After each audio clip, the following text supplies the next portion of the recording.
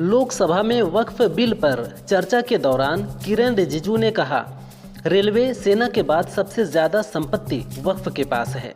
भारत में दुनिया में सबसे ज़्यादा वक्फ संपत्ति है। इसके बावजूद आम मुसलमान गरीब क्यों है? वक्फ से होने वाली आय इतनी कम क्यों है? वक्फ से आमदनी की जाती तो कितना फ़ायदा होता? वक्फ आमदनी से गरीब मुसलमान को फ़ायदा पहुंचाएंगे। वक्फ संपत्ति का सही इस्तेमाल होता तो देश बदलता। देश में 8.72 लाख वक्फ संपत्तियां हैं। संसद में वक्फ संशोधन बिल पर चर्चा के दौरान अखिलेश यादव ने सरकार पर सवाल उठाए। अखिलेश ने कहा, कौन खराब हिंदू है? बीजेपी में इसका मुकाबला चल रहा है। मोदी जी ने कहा है कि वक्फ बिल से उम्मीद है। वक्फ बिल से कैसी उम्मीद? अखिलेश ने आगे कहा, नोटबंदी, रोजगार, किसानों की आय दोगुनी नहीं होना, यह सब सरकार की नाकामी है। वक्फ बिल को इस नाकामी का पर्दा बनाया गया है। सपा के राष्ट्रीय महासचिव शिवपाल सिंह यादव ने वक्फ बोर्ड संशोधन बिल पर प्रतिक्रिया दी है। शिवपाल ने कहा, सरकार तानाशाही कर रही है। हमारी पार्टी वक्फ बिल का विरोध करती है और करती रहेगी। बीजेपी के लोग देश को बांटने का काम कर रहे हैं, जिससे देश कमजोर होगा। ये लोग तानाशाही कर रहे हैं, मनमानी कर रहे हैं। अब पूरा देश आंदोलन मांग रहा है और आगे आंदोलन होगा। बीजेपी को जनता जवाब देगी। मेरठ के चर्चित सौरभ राजपूत हत्याकांड के आरोपी साहिल और उसकी प्रेमिका मुस्कान की न्यायिक हिरासत कोर्ट ने 14 दिन बढ़ा दी है। मुस्कान और साहिल को कल वीडियो कॉन्फ्रेंसिंग के जरिए कोर्ट में पेश किया गया। बता दें कि मुस्कान ने प्रेमी साहिल की मदद से अपने पति सौरभ की हत्या की थी।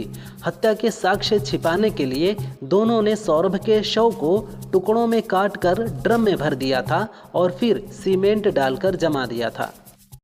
लोकसभा में वक्फ बिल पर चर्चा के दौरान गृह मंत्री अमित शाह ने कहा, वक्फ एक अरबी शब्द है। विपक्ष भ्रांतियां फैला रहा है। वक्फ का शाब्दिक अर्थ है कि अल्लाह के नाम पर दान। अपनी संपत्ति को ही दान किया जा सकता है।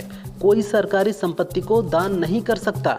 वक्फ में गैर मुस्लिम शख्स को रखने का प्रावधान नहीं है। कोई गैर मुस्लिम मुतवल्ली नहीं होगा। 1995 तक वक्फ बोर्ड था ही नहीं। वक्फ परिषद और वक्फ बोर्ड 1995 में बना।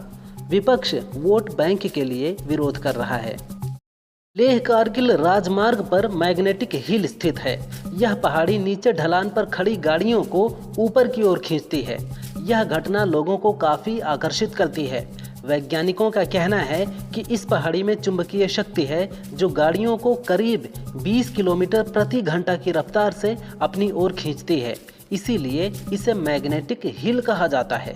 इस पहाड़ी के ऊपर से उड़ान भरने वाले हवाई जहाज में भी चुंबकीय शक्ति का एहसास होता है। दिल्ली के निजामुद्दीन दरगाह पर मुस्लिम समुदाय के सदस्यों ने वक्फ संशोधन विधेयक का जश्न मनाया। स्थानीय निवासी ने कहा, अगर वक्फ का मतलब समझते हैं तो इसका मतलब अल्लाह के नाम पर समर्पित संपत्ति है जो गरीबों, ज़रूरतमंदों, विधवाओं और अनाथों के लिए है। अब ये संपत्तियां वक्फ माफियाओं के हाथों में थीं, लेकिन पीएम मोदी ने ऐतिहासिक कदम उठाया कि वक्फ संपत्तियां उन लोगों तक पहुँचें जो वास्तव में इसके हकदार हैं। विशेषज्ञों ने जापान में जल्द ही मेगा क्वेक यानी महाभूकंप की आशंका जताई है। इससे करीब 3 लाख लोगों की मौत हो सकती है।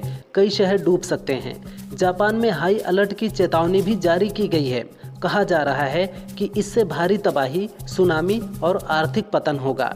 इसकी वजह फिलीपीन सागर की टेक्टोनिक प्लेटों के महाद्वीपीय प्लेटों के नीचे धंसने को बताया जा रहा है, जिस पर जापान टिका है। लोकसभा में वक्फ संशोधन विधेयक पेश किया गया, जिस पर चर्चा हुई। देश में रेलवे और सेना के बाद सबसे ज़्यादा ज़मीन अगर किसी के पास है तो वह वक्फ बोर्ड है। भारतीय रेलवे के पास 33 लाख एकड़ ज़मीन है, जबकि रक्षा मंत्रालय के पास 17 लाख एकड़ ज़मीन है। इसके बाद तीसरे नंबर पर वक्फ बोर्ड है, जिसके पास देश में 9.4 लाख एकड़ ज़मीन है। इस तरह की खबरें आई थीं कि रूस में एक नए वायरस की वजह से लोगों को खांसते वक्त कफ के साथ खून आ रहा है। ये खबरें पूरी दुनिया के लिए चिंता का सबब बन गई थीं।